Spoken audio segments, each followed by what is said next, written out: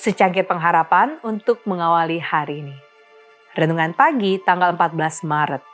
Sabat dan penglihatan apokaliptik bagian 3. Wahyu 14 ayat 12 berfirman, "Yang penting di sini ialah ketekunan orang-orang kudus yang menuruti perintah Allah dan iman kepada Yesus."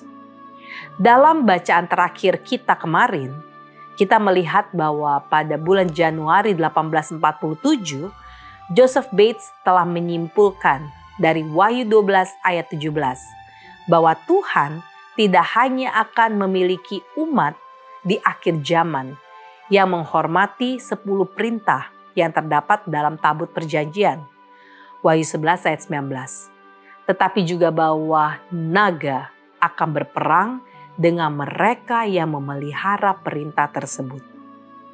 Tidak perlu banyak penelitian lagi untuk melihat bahwa konflik akhir zaman tercermin dalam ayat-ayat seperti Wahyu 13 ayat 7 dan 8 yang menggambarkan mereka yang menyembah binatang itu sebagai orang-orang yang memerangi mereka yang mengikuti anak domba.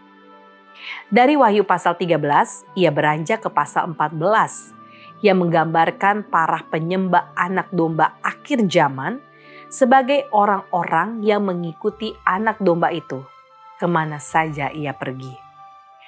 Pada saat itu, Wahyu 14 menjadi titik fokus kajian Bates dalam tulisan edisi keduanya yang berjudul The Seven-Day Sabbath, A Perpetual Sign. Sebelum melihat pada kesimpulannya, kita harus memperhatikan garis besar pasal 14 itu sendiri.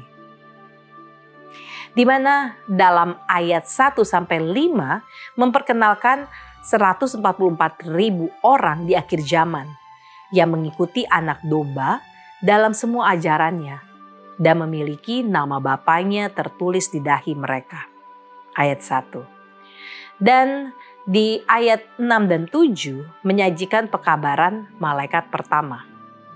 Ayat 8 merefleksikan pekabaran malaikat kedua. Sedangkan ayat 9 sampai 12 menyampaikan pekabaran malaikat ketiga. Dan ayat 13 menyoroti nasib para pengikut anak domba yang terjebak dalam penganiayaan akhir zaman sesuai dengan Wahyu 13.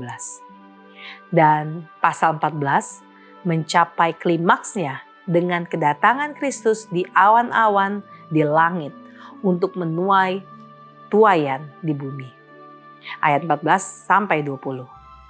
Perkembangan itu tidak luput dari perhatian Bates saat ia berjuang untuk memahami di mana umat Allah berada dalam arus peristiwa akhir zaman.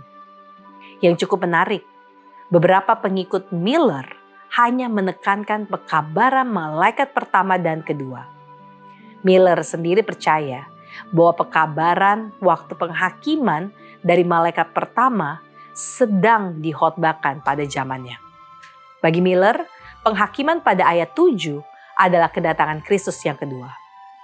Charles Fitz mulai mengumumkan pekabaran malaikat kedua tentang kejatuhan Babel pada tahun 1843 ketika denominasi-denominasi mulai menganiaya orang-orang percaya akan kedatangan kedua.